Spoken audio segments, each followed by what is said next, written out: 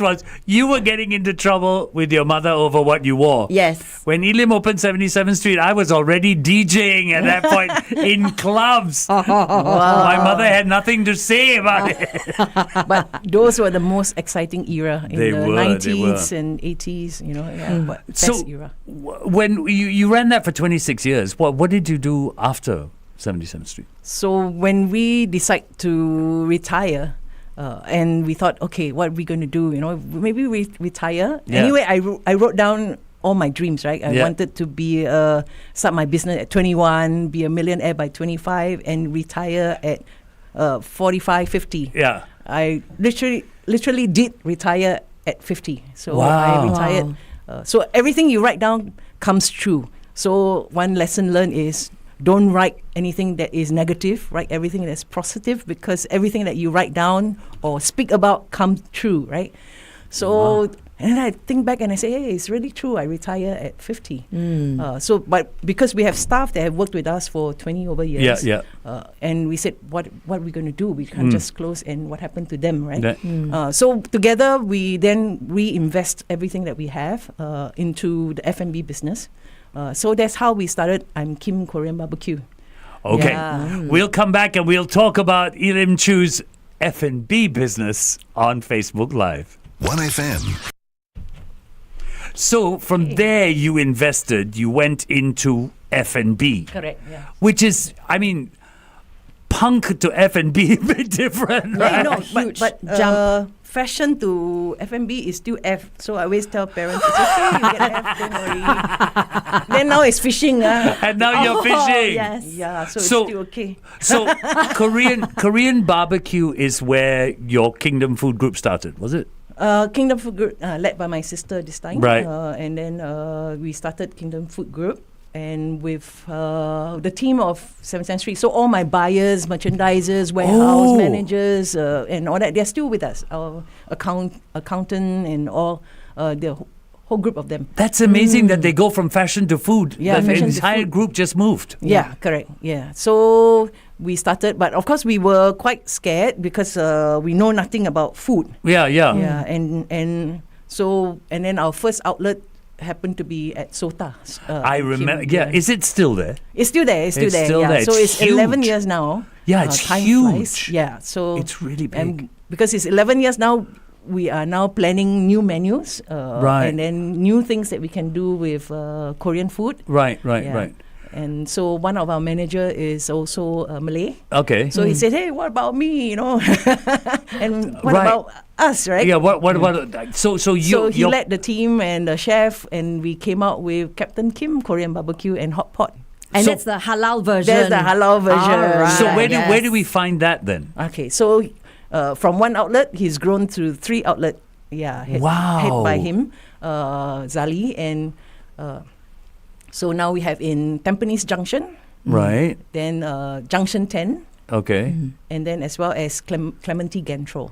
So we have 3 Wow. Captain Kim and Hot Pot. Yeah, Korean BBQ and Hot Pot. So yeah. Korean barbecue and hot pot that is completely halal. Yes, halal certified. That yes, is yeah. brilliant. So led by him, yeah. But from 1 outlet to 3 outlets. Remember, we're supposed to retire, but Yeah, exactly. yeah, we're like growing. So now we have 6 outlets of I'm Kim Korean BBQ. I'm Kim Korean BBQ, and then people said, the wife was said, oh, I want to drink soup, and so the husband said, I want barbecue, right? So Right, we had right. I'm Kim Korean BBQ and shabu shabu.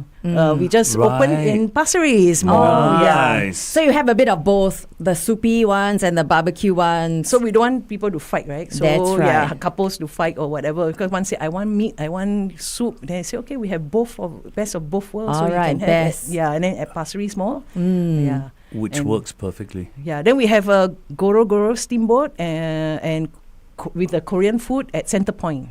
Good grief.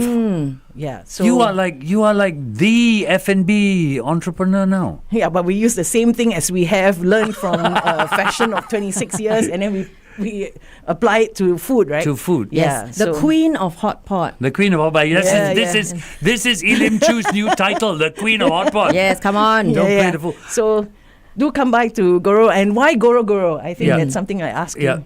Why GoroGoro? Yeah, what's GoroGoro? I have no idea. I know goyang lah. You know? Okay, goyang is different, okay? Hello.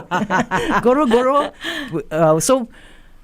We ask a group of young people. So anything that you want to do with branding is good to ask people, ask them for idea.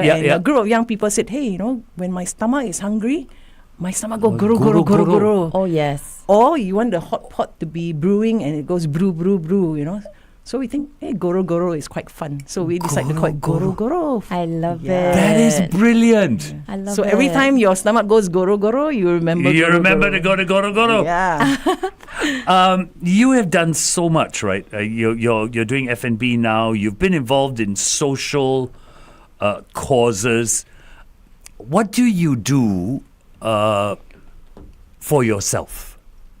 Well, what do I do for myself? Wow, this one will take an hour. Yeah, it's okay. We got time. We got time. So in the last 2 years plus, and also before COVID, just before the shutdown, I went to see the Northern Lights in Norway. Yeah. All the way to Finland. Last year, I went to safari. So I went to Masai Mara and then go to Tanzania, which I went to Serengeti to see the Great Migration. So that's the important thing. So you did this whole a trip based on the migration of the wildebeest. That's right. So you could get to see it. It's so magnificent because to see thousands of wildebeest gathering, and running to one place and then crossing that river with the crocodiles waiting. Yeah, and I rented a camera from Just Renla. Right. It's a startup. Where they rent professional cameras. Yeah. So I said, Marcus, the startup guy, and said, can you just get a camera and then ready to shoot when the crocodiles is there waiting, and that's what he did. Yeah, so I just zoom in and capture most of the footages. You can see on my YouTube, Elim Chew TV. Elim Chew TV. Yeah, we actually watched it. It is a spectacular channel. Yeah. Amazing. Spectacular channel. Thank you. Yeah, but everything comes together because of a friend who has he writes music and he's got a channel called Vengal, and he said, I created music for you. And I said, oh, okay, now with my footages, what I'm going to do. Right. And I met another friend who says, I can edit your video for you. And that's how the video came about, a 4-minute video. Wow. So so if you want to watch it, and so I booked a private tour with Chan Brothers because I don't want to be lost in Africa. East Africa. And then the lions there waiting for, but I have the most amazing trip. Yeah. You are also big on fishing in your free time. Okay, so I found fishing, and fishing is something that is my new love. I think everything that we do, we need to have that passion. And I wake up thinking about fishing. I sleep thinking about fishing. I watch fishing all the time. I like to lure with the fake rubber or the lure, and then to see how the fish will attack the lure. But literally, I bring a lot of people for fishing because I think it's the closest experience you can experience to entrepreneurship. So you need to spend the time, the hours to learn. I have spent 1 year by the river, this is legal ground, we call it fishing ground, at Kranji. Okay. And I catch nothing. Wow. And then one guy one day walked by and said, hey, he gave me this little transparent thing and said, you try to fish with this. So I hook it on and I caught the fish. So it's like mentoring, right? And then I have to learn the skill, and then through hot sun, and all the different weathers, and rain and everything, and I'm there fishing. So it's like business. You go all the way out there. You do everything. You need to have that tenacity. You need to go. You need to do everything that you can, and then that's how you get. And everybody will have their day. You'll catch your fish one day, whether it's big or small. But you'll have a big fish one day, eventually. Yeah. Hold that thought. We're going to go back live on radio, and we're going to talk more about this. Every person has their day. I think that's very, very important.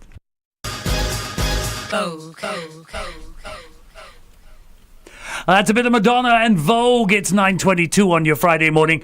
We are live with Elim Chew. I always say this. She defined a generation with 77 Shop. She is now defining F&B with Kingdom Food Group.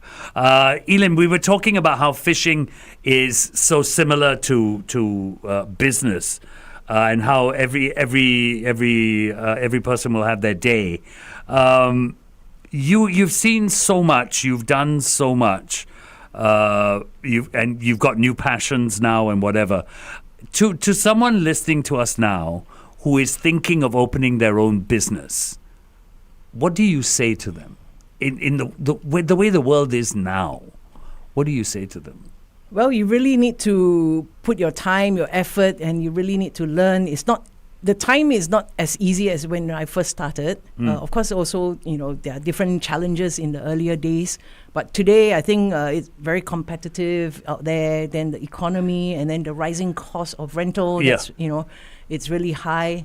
I think, but if you really love something, you'll go all the way out to do it. Yeah. But you need the tenacity to go through. It's not like, I love it now, and then 3 months later you give up. You really have to go through years of doing it. And then maybe you can tweak a little, but there's so many platforms you can learn now. I make sure when I drive, so you are the morning drive. So when I drive, I make sure I listen to something, whether it's somebody pitching for your startup or somebody. I love to watch Shark Tank. And all that. You get all these ideas, and and then you have a lot of learning that you can learn from, whether it's YouTube or platforms that you can learn. Make it a learning journey. Yes. Because every day you learn something. You have 365 days, right? You learn something.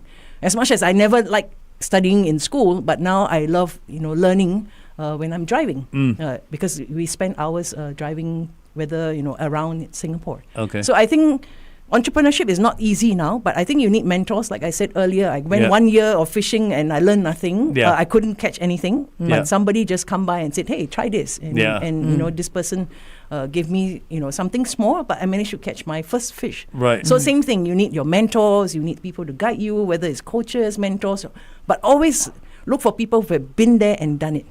People who have been through. So if you want to make $1 million, go and talk to people who have made $1 million. If you want to make 5 million, you go and talk to people who make 5 million, or people who have done it. Right? And then that's where you get mentorship, or you get guidance, you get connection. Remember, your net worth is your wealth.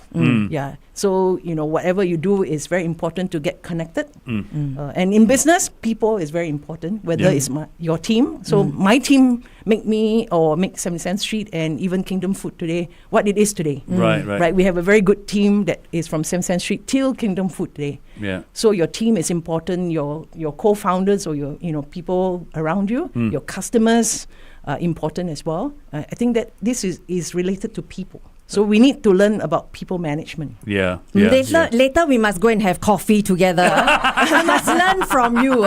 Your blueprint, all that. No, I'm going to coffee. take notes. Come fishing with me. Can I challenge you guys to come fishing? We go to Pasir Ris Town Park. I think we are. We are definitely going to. We're definitely going to do that. For sure. Just as a close off, because we're running out of time. Anything new in the pipeline for Elim Chew after food? Yeah, well, no, I'm just been also in the advisory board of Kaplan with the young people. I do the industry, advisory in Kaplan, and then Old School is a dance school, a charity and a non-profit. Their event called Super 24 is coming up. Super 24 in August, end of August. Okay. Do go and watch. It's the most exciting dance event you can watch, and you see all the youth. Wow, the excitement in that arena. Absolutely. When the dance is happening with all the schools competing with each other. But it's really exciting. You have not seen such a scene for Singapore youth. Do go and watch it. Well, I'm also kindness movement. Let's be kind to each other and be kind while you're driving in the morning. Be nice. Yeah. And be happy. So call me if you want fishing. Okay, we definitely will. Elim, thank you so much for joining us on the show this morning. As always, you are a fantastic person to speak to. You are so inspiring. We've been spending the last few minutes with Elim Chew, a woman who defined a generation. Mornings are now the best. The Morning Drive. Weekdays from 6 till 10 on